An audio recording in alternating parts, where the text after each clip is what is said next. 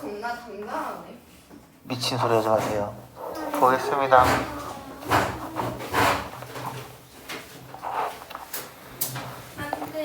정서 볼게요. 시적 화자가 시적 상황이나 시적 대상에 대해 느끼는 다양한 감정이나 기분이다. 뭐 이건 별로 안 중요해요. 정서의 유형, 긍정적 정서. 뭔지 알겠지 이건? 뭐가? 시적 화자가 시적 대상이나 시적 상황을 아름답고 좋은 것으로 여기는 마음이 드러나는 정서로 기쁨, 즐거움, 소망, 동경, 희망, 사랑, 안도감 등이 여기에 속한다. 좋은 거면 긍정적이다 라고 보시면 돼요. 너네 울 때 기분 좋은 거 아니잖아. 네. 보겠습니다. 나는 한 그루의 나무에 그늘이 된 사람을 사랑한다. 누구를? 한 그루의 나무에 그늘이 된 사람을 사랑한대. 그럼 생각해보자. 왜 나무에 그늘이 된 사람을 사랑할 수 있을까?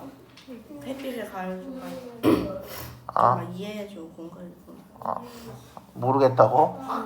밑에 써있어. 햇빛도 그늘이 있어야 맑고 눈이 부시다 라고 되어 있죠. 그래서 뭐예요? 그늘이 있어야 맑고 눈이 부신데 그늘이 되어져야 햇빛이 좋은 걸 알 수 있대. 이해되나요? 네. 그런 의미죠. 그렇게 보시면 돼요. 부정적 정서 볼게요. 시적 화자가 시적 대상이나 시적 상황을 어둡고 좋지 않은 것으로 여기는 마음이 드러난 정서로 애상이란 단어 체크. 아라나, 비애, 슬픔, 외로움, 한도 체크. 아니 애상과 한만 체크하세요. 나머지는 아는 단어들이잖아. 비애가 뭐예요? 비애도 체크하세요. 슬픔에 대한 이야기입니다.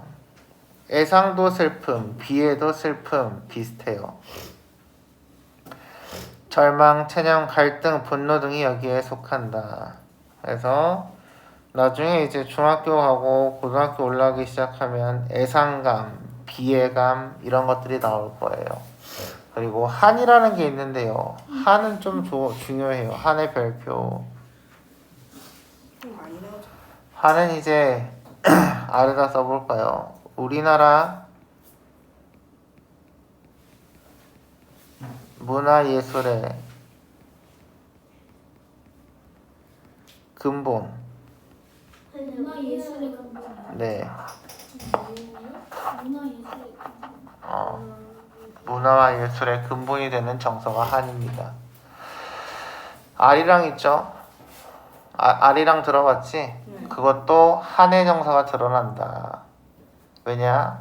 이미 나를 버리고 튀었거든. 그리고 판소리 들어봤나요? 네. 네, 판소리도 한의 문학입니다. 그래서 소리 같은 경우에는 뭐냐면 이 판소리를 하려면 한이 있어야 된다고 이야기를 하거든. 듣고 있지?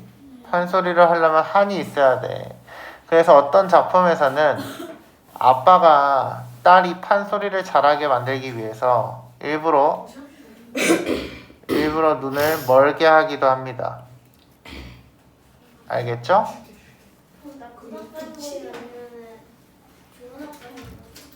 답이 나쁜 아빠지. 인간적인 측면에서는 나쁜 아빠죠. 인간적 측면에서는 나쁜 아빠입니다. 근데 딸의 미래를 위해서 딸의 눈을 멀게 하는 것에서는 긍정적인 역할을 한다라고도 볼 수 있어요. 그치? 너무 힘들지? 스트레스 받겠지? 계열 받겠지? 그래야 한이 쌓이기 때문입니다. 이해됐나요? 그래서 한의 문학이다 라고 하면 우리나라의 전통 정서다라고 보시면 돼요. 보겠습니다. 백석. 흰 바람벽이 있어. 흰 바람벽에 희미한 15촉 전등이 지치운 불빛을 내어 던지고 전등이 지쳤대. 어디에? 화자가 있는 방 안에. 그럼 화자는 잘 살아 못 살아? 못 써. 못 살아. 그래서 가난함 중입니다. 떼글은 다 낡은 무명샤스. 무명샤스가 뭔지 아나요? 메리아스예요. 메리아스라고 적어볼까? 메리아스. 메리아스가 뭔지 아나요? 난닝구는 뭔지 아나요? 난닝구 옷 아니에요? 그렇죠. 그래서 나시옷이죠. 그래서 왜 아빠나 할아버지 보면은 여름에 이렇게 안에다가 입는 속옷 있잖아요. 그거에 대한 이야기거든요. 근데 이 무명샤스는 원래 무슨 색? 흰색. 원래 흰색이야. 근데 때 글었다고 했으니까 때 글었다는 이야기는 뭐야? 때가 쩔었다는 이야기야. 가난하기 때문에 옷을 갈아입지 못했다는 이야기죠. 그래서 거의 누리끼끼한 옷이 되었다라고 이야기를 하고 있습니다. 그래서 여기서의 무명샤스도 때그른 낡은 무명샤스도 가난함에 대한 이야기다라고 보시면 되겠어요. 어두운 그림자를 씌우고 그리고 또 달디단의 미각, 따끈한의 촉각, 감주의 동그라미. 감주는 술에 대한 이야기입니다. 술에 대한 이야기예요. 근데 비싼 술은 아니고 싼 술이에요. 감주나 한 잔 먹고 싶다. 그래서 싼 술이라도 한 잔 먹고 싶다라고 이야기했기 때문에 소망은 소망인데 소박한 소망이다라고 이야기를 할 수 있는 거죠. 이해됐나요? 생각하는 내 가지가지 내 동그라미 화자가 드러났다. 또 체크를 하시면 되고요. 가지가지 외로운 생각이 헤매인다. 외로운 생각의 체크. 이게 바로 화자의 정서가 직접적으로 드러났다라고 보시면 되겠습니다. 그럼 이런 걸 봤을 때 화자의 처지는 어때? 부자야? 거지지? 그러면서도 뭐 하고 싶다? 싼 술 한잔 하고 싶다. 근데 중요한 건 화자가 혼자 살까? 여러 명이서 함께 살까? 혼자 살게 되는 거지. 뭐 때문에? 외롭다라는 표현 때문에. 이해됐나요? 그렇게 상황을 파악을 하시면 되겠습니다. 정서를 통해서요. 다음 쪽 보겠습니다. 태도. 시적 화자가 시적 대상이나 시적 상황에 대해 보이는 심리적 자세나 대응 방식을 말한다. 시적 태도는 화자의 정서와 관련이 깊고 주로 어조로 통해서 말한다. 어조 보겠습니다. 시적 화자가 사용하는 말투의 체크. 그래서 말투가 좋냐 나쁘냐 고깝냐 혼잣말이냐 여러 명한테 하는 말이냐 대화체냐 이런 걸 찾는 겁니다. 시인은 어조를 통해 시적 화자의 정서와 태도를 드러낸다. 이렇게 써져 있는 이유는 이런 거예요. 친구한테 띠껍게 말할 수 있지. 그치? 기분 나쁠 때지. 그치? 그러면 말투가 예뻐 나빠. 그래서 어조는 시적 대상에게 화자가 어떠한 정서를 가지고 있는지를 드러낸다라고 이야기를 하는 겁니다. 시의 분위기를 형성하며 주제를 효과적으로 형성한다. 청자의 설정 유무에 따라 어조는 시적 화자가 말을 건네는 대상인 청자를 설정하였는지 그렇지 않았는지에 따라 독백체와 대화체로 나눌 수 있다라고 되어 있네요. 독백체 봅시다. 시적 화자가 시적 청자 없이 체크. 청자가 없어야 됩니다. 그러면 누구누구야 누구누구 아까 돈어법 같은 내용이 있어야 돼 없어야 돼? 없어야지. 혼잣말을 할 때 독백체 혹은 독백적 어조라고 한다. 시적 화자가 시적 대상을 관찰하거나 관찰의 체크. 속마음을 고백하는 상황, 속마음 고백의 체크. 자주 쓰인다. 신경림의 목대장터 보겠습니다. 하늘은 나에게 구름이 되라고 하고 땅은 나에게 바람이 되라 하네. 두 줄 묶으세요. 문장 구조 똑같아 달라? 똑같지? 어떻게 똑같아? 나란히 똑같지? 무슨 법? 대구법. 자, 하늘과 땅이 나한테 명령을 했죠? 그렇죠? 그러니까 이건 뭐에 대한 이야기예요? 의인화에 대한 이야기입니다. 이해됐나요? 청룡, 흑룡이 흩어져 비가 개인 나루, 비개인 나루의 체크. 뭐 청룡, 흑룡이 흩어졌다 이런 거는 사실 그렇게 중요하진 않습니다. 비가 개었다가 중요한 사실인 거죠. 그러니까 이제 뭐예요? 비개인 나루니까 비가 끝났다. 이제 해가 떴다. 이런 이야기가 되는 거고요. 잡초나 일개우는 잔바람이 되나네. 잡초나의 동그라미. 그럼 여기서의 잡초는 소중한 걸까? 소중하지 않은 걸까? 소중하지 않은 거겠지. 너네가 평소에 쓰는 단어들을 생각해 보시면 돼요. 아, 삼각김밥이나 먹어야겠다 라고 하면 되게 하찮은 걸 먹겠다 이런 의미로 가잖아. 이해됐지? 그래서 여기서의 잡초는 그렇게 소중하지 않은 것, 그냥 일상적이고 평범한 것으로 해석을 하시면 되겠습니다. 그래서 이런 것을 일깨우는 잔바람이 되라고 했다라고 되어 있죠. 이해됐죠? 그래서 청자가 없어서 독백체다. 대화체, 시적 화자가 청자 또는 독자에게 말을 건넬 때 대화체 또는 말을 건네는 방식이다라고 이야기를 한다. 만수라비의 충문 봅시다. 아베요. 아베는 아버지입니다. 아버지요 라고 이야기를 했습니다. 그럼 아빠한테 하는 말이겠지? 그래서 아빠가 청자가 되었다 라고 보시면 됩니다. 그래서 청자가 바로 나타났으니까 뭐예요? 대화체구나 이렇게 보시면 되겠어요. 아베요 아베요 내 눈이 티눈 내 동그라미. 여기서의 나는 화자가 되겠고요. 티눈인 걸 아버지도 알지요? 라고 물어보고 있습니다. 티눈이 뭐래요? 까막눈이래요. 까막눈 뭔지 알죠? 문맹입니다. 문맹. 글자를 몰라. 여기서 맹자는 눈멀 맹자입니다. 그래서 맹인이 뭐지? 눈이 안 보이는 사람이지. 그래서 문맹은 글을 보지 못하는 사람에 대한 이야기가 되는 거예요. 이해됐죠? 아빠도 알죠? 등잔불도 없는 제사상 밑줄. 보통 어때요? 제사 지낼 때 초를 킵니다. 근데 이 불이 있대 없대? 없대. 그럼 부자인가? 아니지. 가난함이죠. 가난함. 제사상에 충문이 당한기호의 밑줄. 거기에 당의 동그라미 치세요. 별표. 앞으로 시를 읽거나 소설을 읽을 때 당하다, 당위성 이런 말들이 나올 거예요. 이때 당자는 싹 다 마땅이라는 단어로 바꾸시면 됩니다. 마땅. 마땅 같이 뭐예요? 그냥 마땅. 왜 우리 마땅하다 이런 단어 쓰잖아요. 그때의 마땅입니다. 그래서 충분히 마땅한가요? 라고 했으니까 당연한가요? 라고 물어봤으니까 당연해 안 당연해? 당연해 안 당연해? 충분히 뭐라고 써져 있죠? 제사를 지낼 때 주거니를 올려. 그치? 올리는 글이지. 네. 근데 화자는 글을 알아 몰라? 몰라. 그러면 마땅해 안 마땅해? 안 마땅한 거지. 그래서 물어봤는데 안 마땅한 게 답이 정해져 있죠? 무슨 법? 서리법.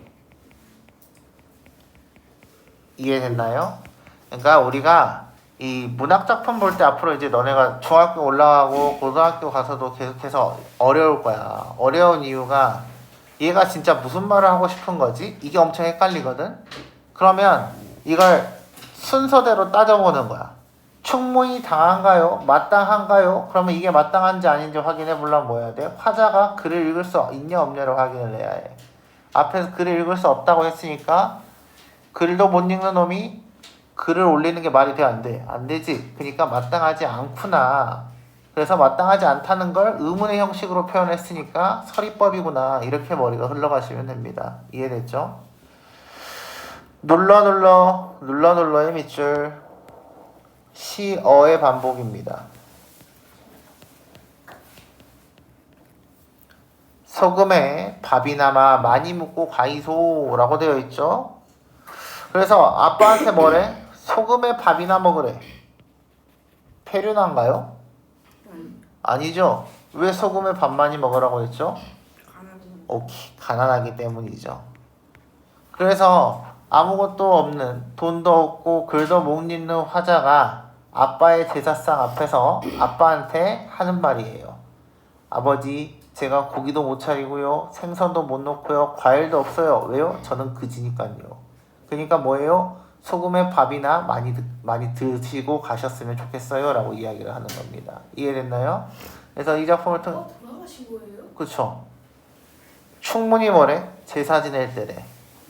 이해됐나요? 그래서 이제 이 만수라비의 충무는 나중에 뒤에 내용을 더 보시면요, 저승사자가 하는 이야기도 있습니다. 네, 그래서 니네 아빠 울고 갔당 이런 말을 하기도 해요. 그래서 그 내용은 아빠가 이 화자의 정성에 감동했다라고 보기도 합니다. 없는 살림에 막 제사까지 지내줘서 그렇습니다. 보겠습니다. 아래 화자가 건넨 말에 청자가 대답하지 않아도 대화체로 볼 수 있나요? 대화체는 형식이라는 의미입니다. 그러니 거기에 밑줄 화자가 청자와 말을 주고받지 않아도의 밑줄 되고 시적 청자가 대답하지 않아도 말을 건네듯이 표현하면 대화체다 라고 보시면 되겠습니다. 이해됐나요? 그러니까 청자만 있으면 된다는 이야기예요. 기출에서는 종종 대화의 형식이라는 표현이 나오는데 이 경우는 화자와 청자가 말을 주고받는 형식을 말합니다. 자, 대화체와 대화의 형식은 다르다 이런 이야기예요. 대화의 형식이면 대화체에 해당하지만 대화체에 해당한다고 해서 무조건 대화의 형식이 되는 것은 아니다. 그러니까 시 안에서 서로 말을 주고받았다 라고 이야기를 하면 대화의 형식이다 라고 이야기를 할 수 있는 거지. 이해됐나요? 그러니까 이거는 너네 벤 다이어그램 배웠나요? 집합 같은 거 할 때 안 배웠나요? 어허, 슬픈 이야기네요. 큰 동그라미를 하나 그리고요, 그 안에 작은 동그라미를 그려주시면 됩니다. 그러면 작은 동그라미가 큰 동그라미 안에 포함되어 있는 거죠. 오케이? 이런 걸 이제 벤 다이어그램이라고 하는 거야. 네, 그램이라는 건 원래는 이제 그림에 대한 이야기고요. 큰 동그라미가 뭐예요? 대화체가 되는 거고요. 작은 동그라미가 대화의 형식이 되는 거죠. 이해됐나요? 그러니까 대화체 안엔 대화의 형식이 있는 거야. 근데 이 대화의 형식은 뭐다? 서로 말을 주고받아야 한다. 그러니까 일단 대화체에는 들어있는 거지.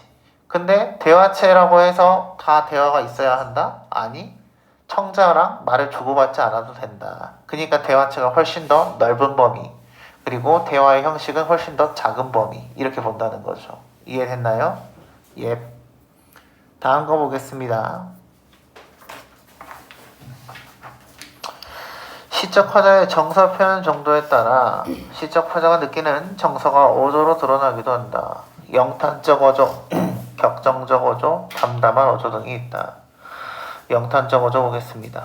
놀라움, 감탄, 분노, 슬픔과 같은 정서를 감탄의 형태에 체크 한번 해주시고요. 그래서 영탄이라는 단어 자체는 뭐랑 똑같다? 감탄과 똑같다 라고 보시면 됩니다. 이해됐나요? 근데 우리가 보통 감탄이다 라는 단어를 쓰면은 너네 머릿속에서 어떻게 돼? 긍정적인 것만 보통 감탄으로 여기게 돼. 오케이? 근데 그러면 된다 안 된다? 안 된다. 아, 세상 개 같다. 이것도 뭐예요? 감탄이란 이야기야. 이해됐나? 감탄이라고 해서 좋은 감정만 있는 건 아니에요. 한탄도 감탄에 들어간다. 이걸 꼭 기억하세요. 아와 같은 감탄사. 느낌표 도다구나의 밑줄 같은 감탄형 종결어미의 밑줄. 자, 이렇게 있는데요, 그 안에 몇 개 더 써볼까요? 어라, 알아, 이런 것도 있습니다. 무슨 말, 그 다음에 때로는 서리법이 들어가기도 합니다. 뭔 말이냐면요, 봐봐, 아름답도다. 뭐예요? 아름답다고 감탄하는 거죠. 아름답구나, 아름답다고 감탄하고 있습니다. 먹어라는 뭐지? 명령이지. 근데 아름다워라는 뭐야? 예쁘구나에 대한 이야기야. 그래서 어라라도 감탄의 표현이다 라고 이야기를 하는 거죠. 이해됐나요? 다음 거 보겠습니다. 정지영의 춘설, 춘설의 밑줄. 춘설이라는 건요, 춘은 봄에 대한 이야기, 설은 눈에 대한 이야기. 그래서 봄눈이 왔다 이런 내용으로 보시면 되겠습니다. 그래서 처음에 뭐라고 되어 있어요? 얼음이 금가고 겨울이 끝나가고 바람이 새로 따르거니 했으니까 여기서의 바람은 봄바람을 의미하게 되는 거죠. 이해됐나요? 얼음은 겨울에 대한 이야기. 그래서 겨울이 끝났고요. 봄바람이 새로 불고 있습니다. 흰 옷고름, 시각에 대한 표현이고요. 절로 향기로워라, 향기롭다니까 후각에 대한 이야기입니다. 월하니까 뭐예요? 향기롭구나 라고 해석을 하시면 되겠죠. 그래서 뭐 영탄에 대한 이야기. 옹송그리고 살아난 양이 옹송그리다 라는 표현은 움츠려들었다. 겨울이면 어깨 이렇게 말고 다니지, 추울 때. 그래서 이걸 옹송그리다 라는 표현이라고 이야기를 합니다. 살아난 양, 그래서 옹송그린 거는 언제에 대한 이야기? 겨울철에 하는 행동에 대한 이야기. 살아난 양, 살아난의 밑줄, 이것은 뭐 봄에 대한 이야기. 양이라는 건요, 여기서는 10이 아니죠. 여기서는 양은 뭐예요? 뭐뭐처럼, 뭐뭐같이, 뭐뭐인 듯, 뭐뭐인 양. 지규법에 대한 이야기입니다. 그리고 지규법으로도 볼 수 있고요. 혹은 모습, 모양이라고 보시면 돼요. 모양이라고 적어주세요. 그래서 살아난 것처럼, 살아난 듯이 라고 했으니까 살아난 모양이 감탄사죠. 그래서 영탄. 꿈 같기에 지구법이 쓰였고요. 설어라 라고 되어 있죠. 여기서 설어라는 서럽다의 의미가 아닙니다. 낯설다의 의미예요. 이해됐나요? 낯설다 라고 적어주세요.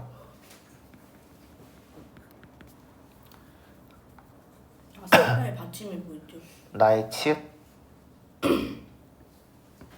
이해됐죠? 다음 거 보겠습니다. 영탄적 어조를 드러내는 여러가지 방법. 감탄사, 느낌표, 감탄형 종결함이 사용 후에 다음의 표현 방법도 영탄적 어조를 전환할 수 있다. 시적 대상을 감탄하며 부른다. 시적 대상을 감탄하며 부른다의 밑줄. 그럼 이거 뭐예요? 청자인 경우에 가끔 영탄이 쓰일 수도 있다는 이야기예요. 이해됐나요?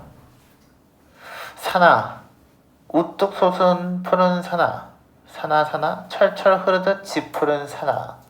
뭐하고 있어? 산의 지푸름과 우뚝 솟음을 감탄하고 있지? 그러니까 이런 건 뭐예요? 영탄법이다 라고 부르는 거죠. 이해됐나요? 님이여, 사랑이여, 아침볕의 첫걸음이여. 이것도 뭐예요? 영탄, 감탄에 대한 이야기입니다. 그러니까 이런 거예요. 한 번 내가 만약에 민호야 라고 이야기를 했어. 이건 그냥 부른 거지. 민호야, 숙제를 해온 민호야, 잘한 민호야, 이렇게 이야기를 하지. 그럼 이건 뭐야? 잘했다고 칭찬하고 감탄하고 있는 거지. 이런 내용으로 흘러간다는 거죠. 서리적 표현으로 화자의 정서를 강조한다. 서리적 표현 별표. 자, 뭐라고? 하품한 거지? 아니 그냥 궁금했어. 뭐라고 한 것 같아가지고. 서리적 표현으로 화자의 정서를 강조한답니다. 거기 옆에 쓰세요. 수사의문문. 수사의문문. 혹시 질문의 유형에는 3가지가 있는 거 알고 있나요? 제가 설명을 한 번도 안 했을까요, 혹시? 뭐요? 수사의문. 의문문의 종류 써봅시다. 옆에다가 빈칸에다가 의문문의 종류.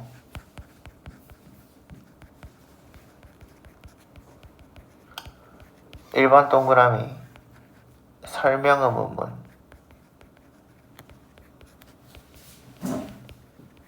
(2번) 동그라미 판단 의문문.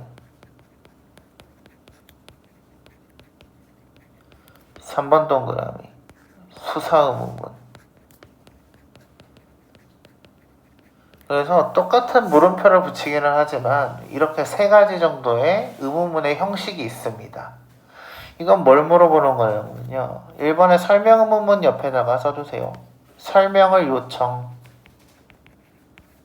설명을 요청. 이런 거죠. 오늘 아침에 밥 뭐이나 먹었어? 라고 물어보면은 밥 뭐 먹었는지 설명하라는 이야기잖아. 이게 설명 의문문이야. 이해됐나요? 판정 의문문, 판단 의문문, 그 판단은 판정 의문문이랑 똑같은 말입니다. 이 판단 의문문, 판정 의문문은 예, 아니요 중에 고르는 거. 예를 들어 이런 거지. 숙제했어? 예. 숙제했어? 아니요. 이거에 대한 게 판정 의문문입니다. 이해됐나요? 예, 아니요만 판정할 수 있어요. 그 다음에 수사 의문문이 있죠. 이 수사 의문문이 바로 뭐예요? 감정 표현에 대한 이야기입니다. 그래서 이제 이런 게 있죠. 엄마가 너네한테 물어보는 거지. 기분 좋지 않아? 라고 물어보는 거. 엄마는 기분이 좋다는 이야기거든. 이해됐나? 그런 게 수사 의문문입니다. 그래서 서리적 표현으로 화자의 정서를 강조하는 것은 수사 의문문에 대한 이야기가 영탄 쪽으로 갈 수 있다. 감탄이다. 라고 보는 거죠. 햇살을 바라보면 세상은 그 얼마나 아름다운가. 아름답다고 표현을 했지. 그치만 아름답다고 감탄하는 거기도 하죠. 이해됐나요? 그래서 영탄자 오죠.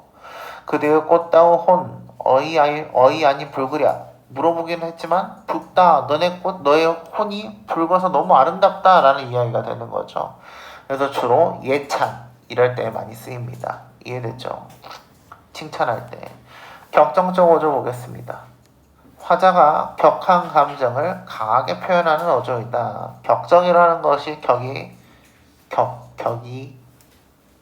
격하다. 정의 감정에 대한 이야기입니다. 볼까요? 김소월의 초혼. 초혼이라는 것은 초는 불을 초자, 혼은 영혼 할 때 혼자입니다. 보겠습니다.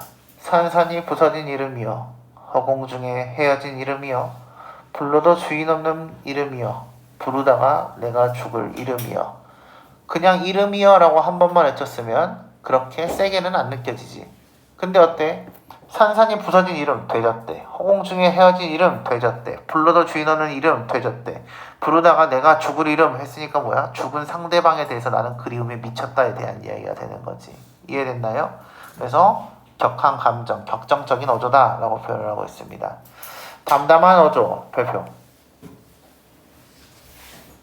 이건 조금 알아둘만 합니다. 나머지 뭐 격정적 어조나 이런 거 읽다 보면 느껴져요. 근데 이 담담한 어조는 조금 인지를 하고 계시는 게 좋아요. 감정의 절제라고 되어 있죠. 그럼 본래 너네가 생각할 때 감정을 절제했단 말은 감정을 드러냈니 드러내지 않는 거니? 감정을 드러내지 않는 거죠. 그러니까 이런 거예요. 엄청 슬픈 상황에서도 슬프다라는 표현이 단 하나도 없어. 기쁜 상황에서도 기쁘다는 표현이 없어. 그럼 뭐만 있어야 될까? 그 모습만 그대로 써주는 거야. 객관적 사실만 써주는 거지. 볼까요? 화자의 정서를 직접적으로 드러내지 않고 절제하여 표현할 때 사용하는 어조이다. 감정을 절제하였다고 표기하기도 한다. 보겠습니다. 이용하게 풀벌레 소리가 가득 차 있었다. 이건 아빠 죽었어요. 아빠 죽은 내용입니다. 볼까요? 다시 뜨시지 않는 두 눈에. 다시 눈을 안 뜬다니까 뭐야? 죽음에 대한 이야기야. 피지 못한 꿈의 꽃봉오리가 가라앉았고 아빠는 뭐야? 뭔가를 하고 싶었지만 성공했다 못했다? 실패했다. 아빠는 아빠의 삶의 목적을 이루지 못했다 아직.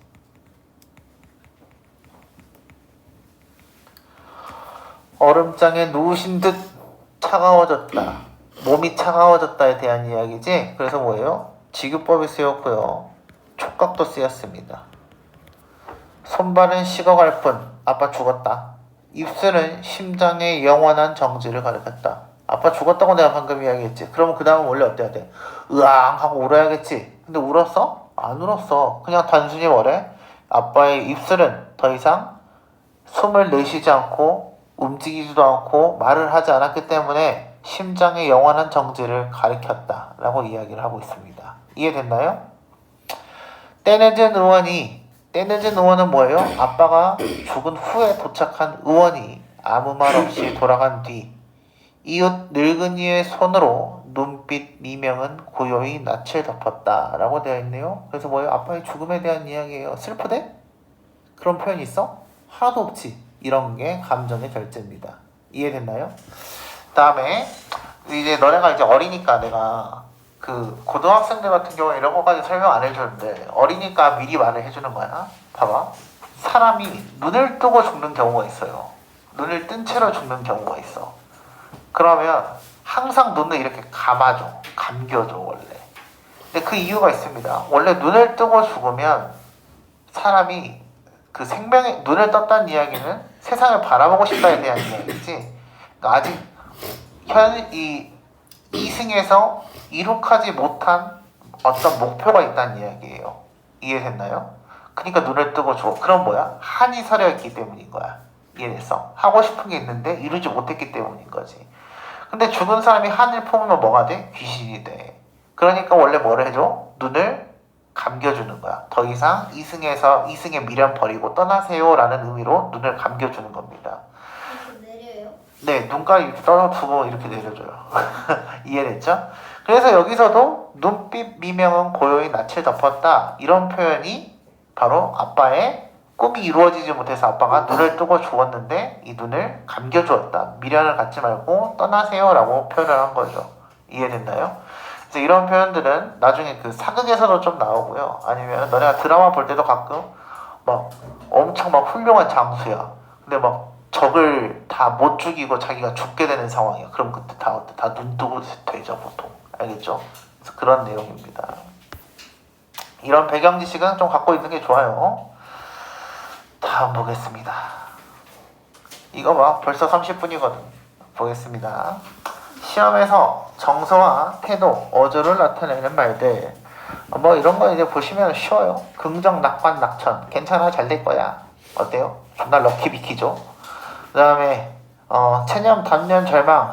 조졌다. 인생 포기해야지. 이런 느낌이고요. 의지하고 저항은요. 앞에 시련이 있어요. 근데 어때요? 와, 이겨내야지. 이거 싹 다 분질러 버려야지. 이런 의미가 되겠습니다. 1번부터 보겠습니다. 긍정, 낙관, 낙천. 시적 상황이나 대상을 밝고 희망적으로 볼 때 쓰는 표현이다.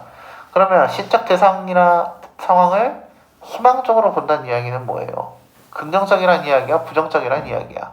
원래 시적 상황은 부정적이라는 이야기겠지. 구린 상황인데 좋게 생각을 한다는 거죠. 보겠습니다. 오늘 하루도 잘 살았다. 잘 살았대. 근데 아직은 이게 좋은 상황인지 나쁜 상황인지 알 수 없으니까 여기까지를 보고는 긍정인지 낙관인지 낙천인지를 알 수가 없습니다. 굽은 길은 굽게 가고 곧은 길은 곧게 가고 길의 동그라미.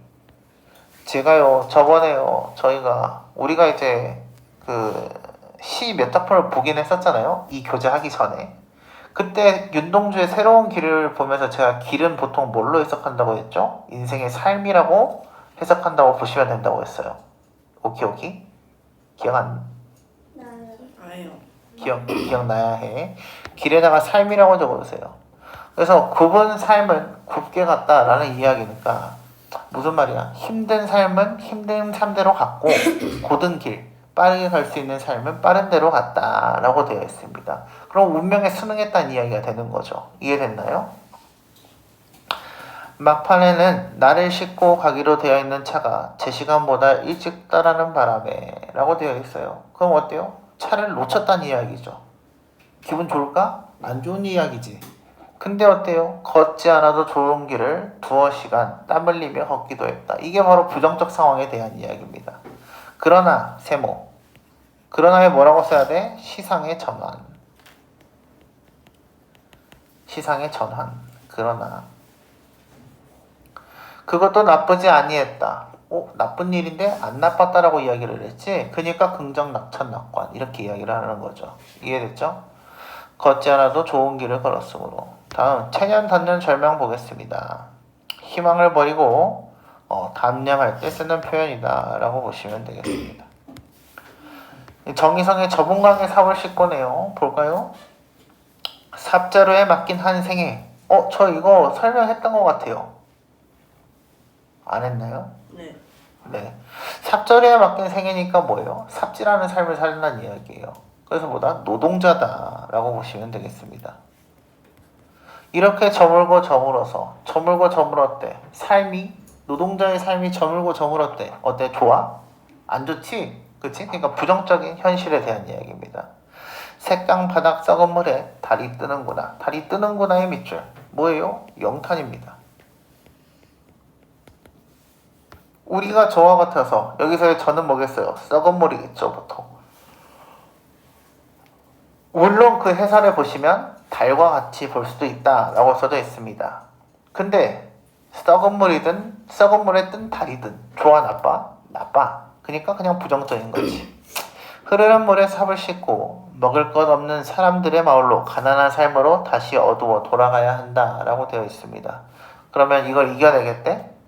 그런 내용은 없지. 그래서 뭐에 대한 이야기다? 포기, 체념에 대한 이야기다 라고 보시면 되겠습니다. 극복 의지 저항 봅시다. 이육사의 광야입니다. 이육사라는 시인은 알아들만 하죠. 어느 시대? 일제강점기. 오케이. 그래서 항일운동 시인이다 라고 보시면 되겠습니다.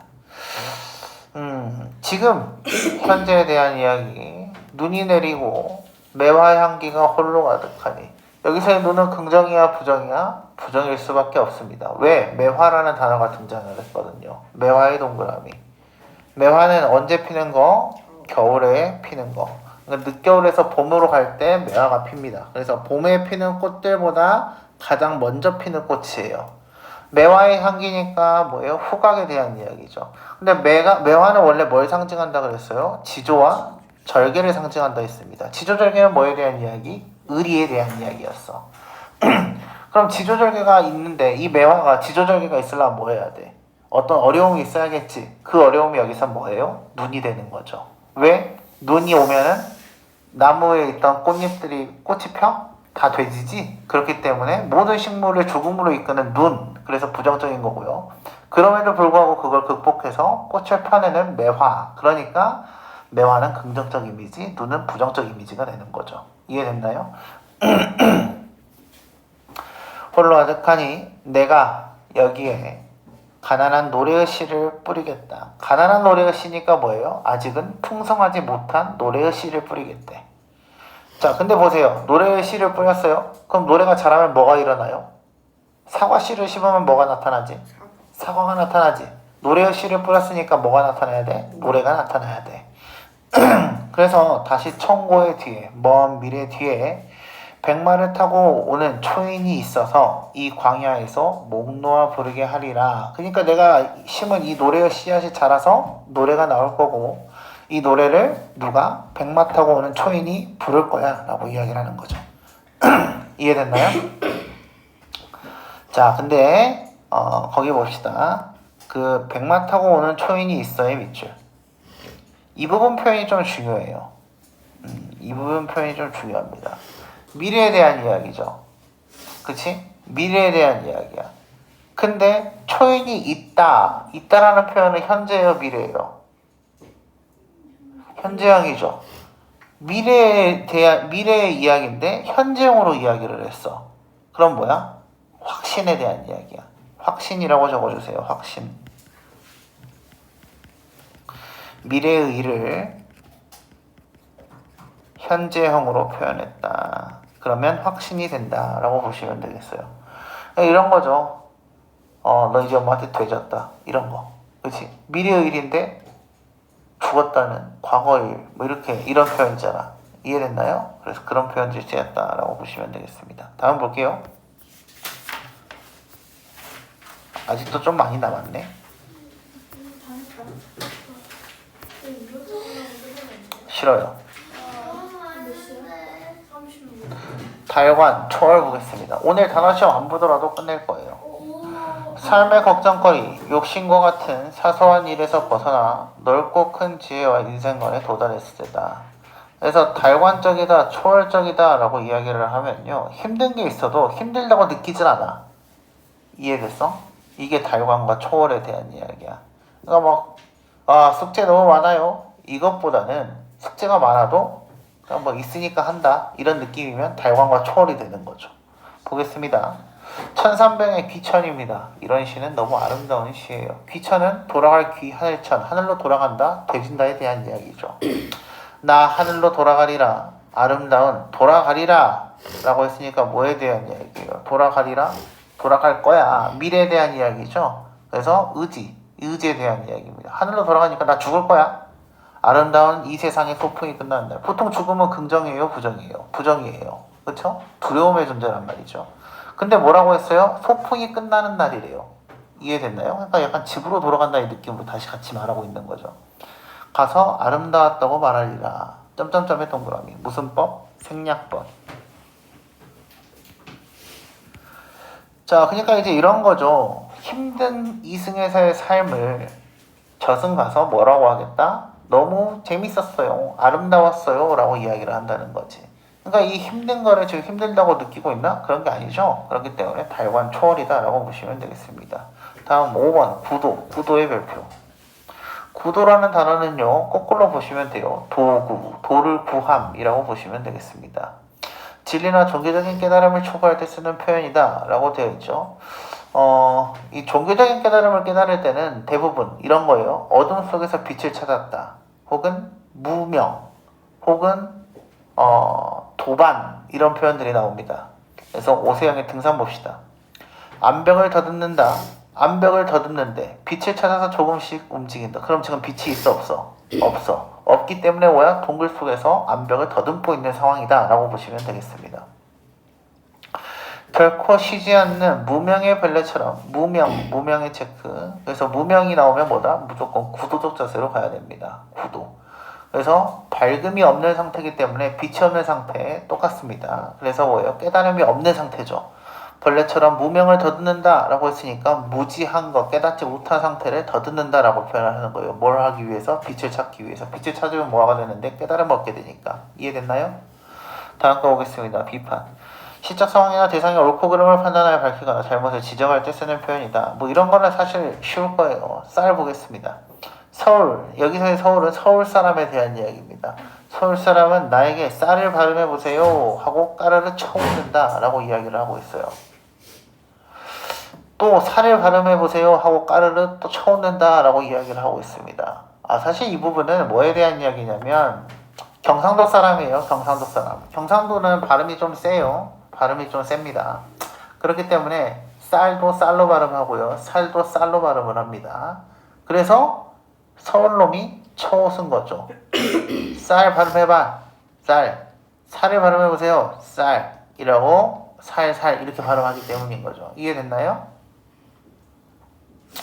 제 몸의 살이 그 쌀로 만들어지는 줄도 모르고, 그래서 같은 소리값을 가진 살로 발음하는 거를 모르고 쌀과 살이 동음동이여 라는 비밀을 까마득히 모른 채 서울을 얻는다. 그러니까 한번 들어봐요. 무식한 바보라고 이야기를 하고 있는 거죠.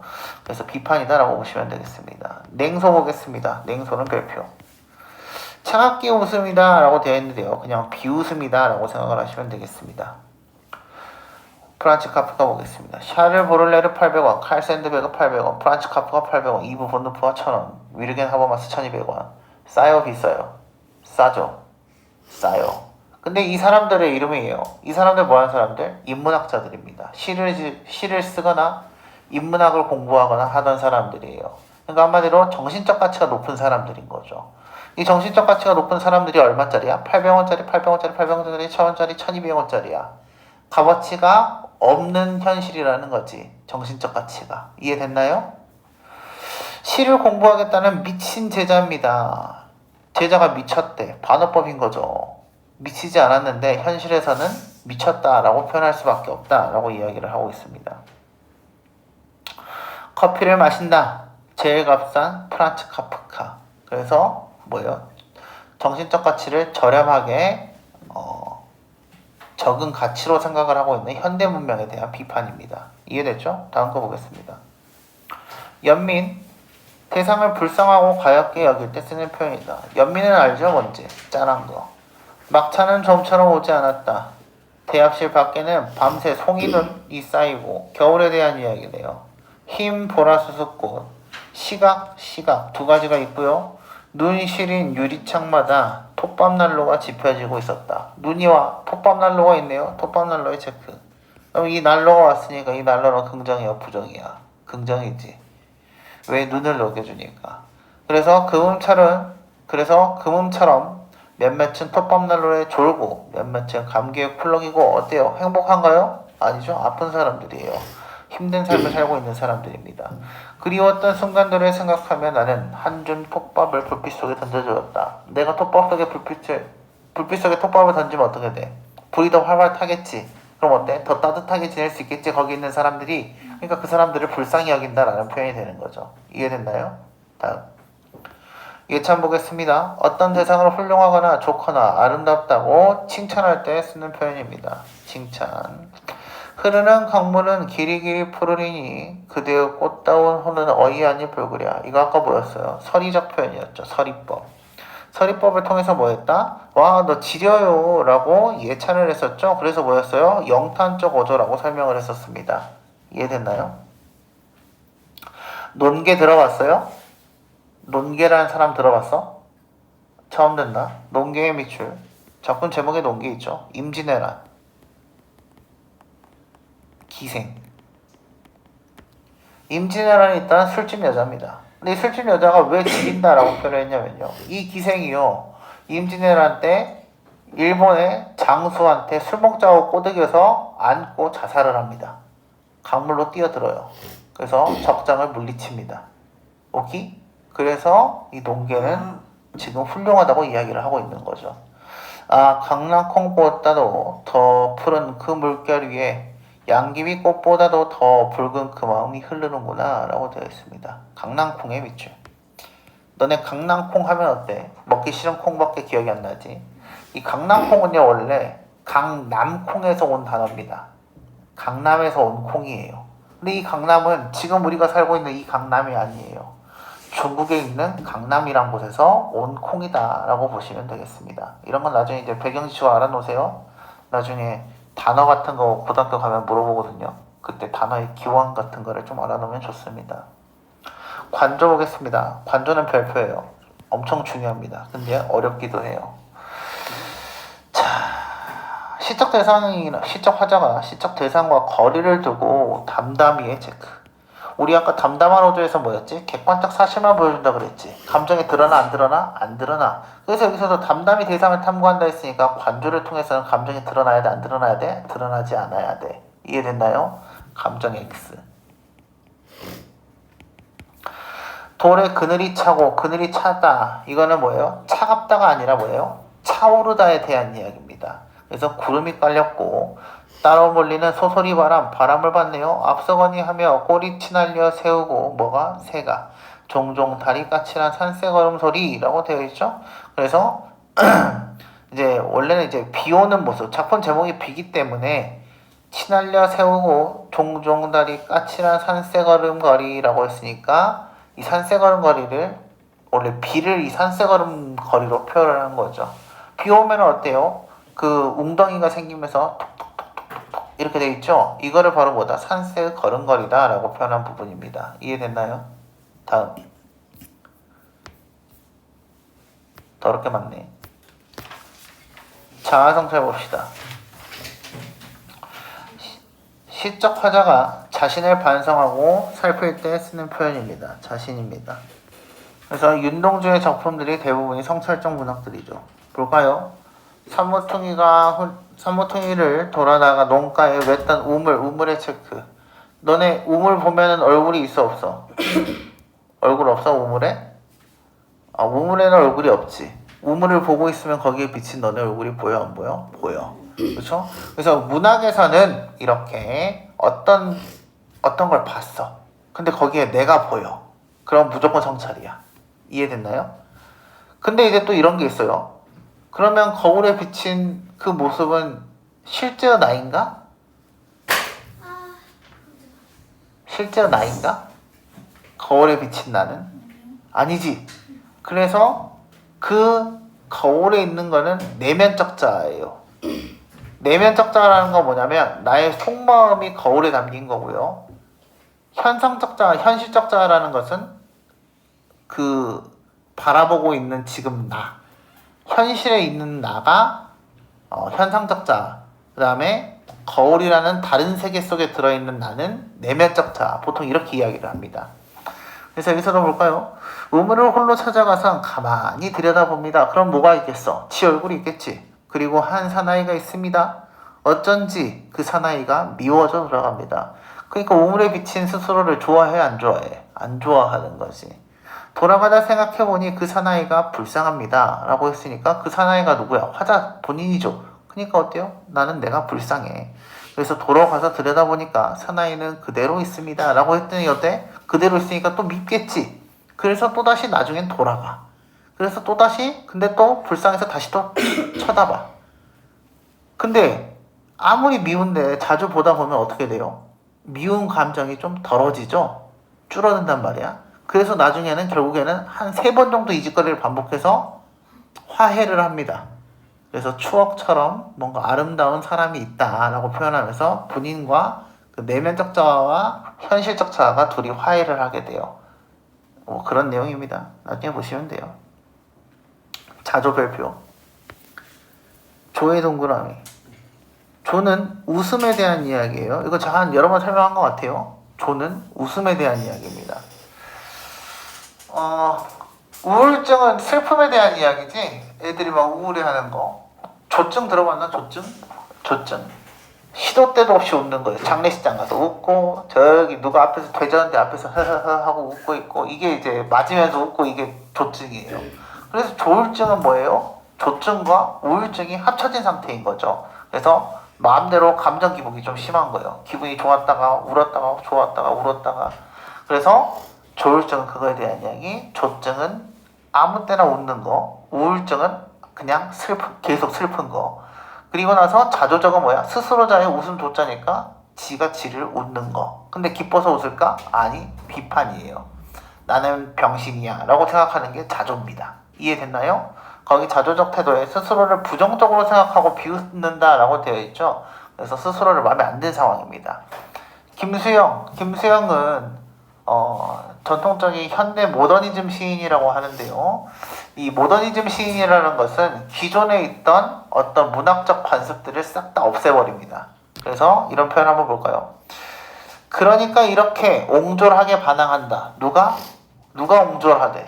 반항하고 있는 화자 자신이 옹졸한 거죠. 옹졸하다는 표현은 뭐예요? 밴댕이 소갈딱지 마냥 쫌생이 새끼란 이야기예요. 이해됐나요? 그래서 지가 지한테 나는 밴댕이 소갈딱지 쫌생이라고 했으니까 자조적 태도다라고 본다는 거죠. 봅시다. 이발쟁이에게 미용사한테는 해. 땅 주인에게는 못해. 땅 주인은 뭐야? 힘이 있는 사람이거든. 구청 직원, 나란 일 먹는 힘 있는 사람한테 못하고, 동회 직원, 이건 마을 회관에 있는 사람한테도 못해. 야경꾼, 심부름꾼한테는 20원 때문에, 10원 때문에, 1원 때문에 화를 내기 시작해. 그러니까 한마디로 뭐예요? 작은 것에선 화를 많이 내고 큰 것에는 화를 낸다 못 낸다? 못 낸다. 그래서 어떻게? 나는 옹졸한 병신이다 라고 이야기를 하고 있는 시인 거죠. 이해됐나요? 네. 내가 설명할 때 욕을 섞어주는 이유는 그래야 시의 내용이 좀 더 잘 와닿아. 그냥 부정적이에요 라고 생각하면은 이게 좀 감정이 좀 애매하게 와닿는단 말이야. 근데 방금도 그냥 나는 병신이라고 하니까 훨씬 이해가 좀 쉽지. 근데 이제 나중에 시험에서는 화자는 병신입니다 이렇게는 안 나오니까 내가 그냥 이해를 하기 쉽게끔 해주려고 이제 언어를 편하게 쓰는 거고, 나중에는 부정적인 대상으로 여긴다 이렇게 알아서 잘 생각하시면 돼요. 회상과 회고 보겠습니다. 과거의 일이나 대상을 되풀이한다. 과거. 대상을 생각하고 되돌아볼 때 쓰는 표현이다. 내 볼에 와닿던 던의 동그라미 과거 시제죠. 네 입술의 뜨거움, 촉각에 대한 이야기입니다. 촉각. 사랑한다고 속삭이던 네 숨결. 그럼 지금은 사랑해 안 사랑해? 안 사랑해. 그러니까 화자는 어떤 처지? 이별한 처지다라고 보시면 되겠어요. 돌아서는 내 등 뒤에 터지던 네 울음. 그래서 어때요? 탁 이별했는데 어때? 네가 뒤에서 으앙 어디강 하면서 울었다는 이야기입니다. 그러면 이별을 원했어? 원하지 않았어? 원하지 않았어. 어쩔 수 없이 헤어졌다는 이야기입니다. 이해됐나요? 다음 보겠습니다. 마지막 페이지네요. 몇 시에요? 지금은 11시 52분입니다. 8분 만에 할 수 있어요? 8분 그 전에 끝날걸? 기원 소망 어떤 일이 이루어지기를 바랄 때 쓰는 표현이다. 어느 날 당신과 내가 날과 시로 만나서 날과 시로 만나면 뭐가 돼? 날씨가 되는 거죠. 그래서 하나의 꿈을 엮을 수만 있다면 이라고 되어 있죠. 있다면이니까 뭐야? 가정에 대한 이야기, 미래에 대한 가정. 우리들의 꿈이 만나 한 폭의 비단이 된다면 비단이 되고 싶어요 이라고 이야기를 하고 있죠. 그래서 이것도 가정에 대한 이야기. 나는 기다리겠다. 추운 길목에서. 내가 추운 길목에서 기다리겠대. 왜? 너랑 만나면 우리는 꿈이 이루어질 거고 비단처럼 아름다울 수 있어요 라고 이야기를 하는 거죠. 그래서 여기서 추운 길목에서 너를 기다리겠다에 대한 이야기는 어떤 힘듦이라도 너를 만날 날을 고대하겠다 이런 이야기가 되겠습니다. 확신 보겠습니다. 어떤 일이나 대상을 굳게 믿을 때 쓰는 표현이다. 우리는 만날 때 떠날 것을 염려하는 것과 같이 떠날 때에 만날 것을 믿습니다 라는 개소리가 써져 있어요. 볼까요? 뭔 말인지. 만날 때 떠날 것을 염려에 믿죠. 염려는 뭐에 대한 이야기예요? 걱정에 대한 이야기죠. 그럼 뭐야? 우리가 사랑을 해서 만날 때는 언제 이별하지 않을까? 헤어지지 않을까? 라는 걱정을 반드시 하게 된다는 이야기야. 근데 그것처럼 떠날 때, 우리가 이별할 때는 다시 만날 것을 믿습니다 라고 했으니까 우리는 언젠가 다시 만날 거야. 이걸 재회라고 이야기를 한다고 했죠. 그래서 재회에 대한 확신이 들어가는 거죠. 님은 갔지만 나는 님을 보내지 아니하였습니다. 감탄사에 대한 이야기, 영탄에 대한 이야기가 되겠고요. 님은 갔지만 나는 님을 보내지 아니하였습니다의 밑줄. 이미 갔대. 지금 있어 없어? 없어. 그치? 근데 내가 안 보냈대. 말이 돼 안 돼? 뭔 말 같지도 않은 소리지? 무슨 법? 역설법. 그래서 이게 바로 모순적인 내용이다 라고 보시면 되겠습니다. 이해됐나요? 모순이에요. 모순. 이미 떠났는데 내가 안 보냈다고 말하면 내 옆에 이미 있는 거니까. 이해됐죠? 다음 보겠습니다. 회의 별표. 이 회의는 의에 동그라미 치세요. 이게 중요한 거죠. 의심에 대한 이야기입니다. 그러니까 이런 거예요. 이거 내가 잘 산 건가? 이게 맞나? 싶은 게 회의야. 이해됐어? 이게 맞나가 회의감에 대한 이야기.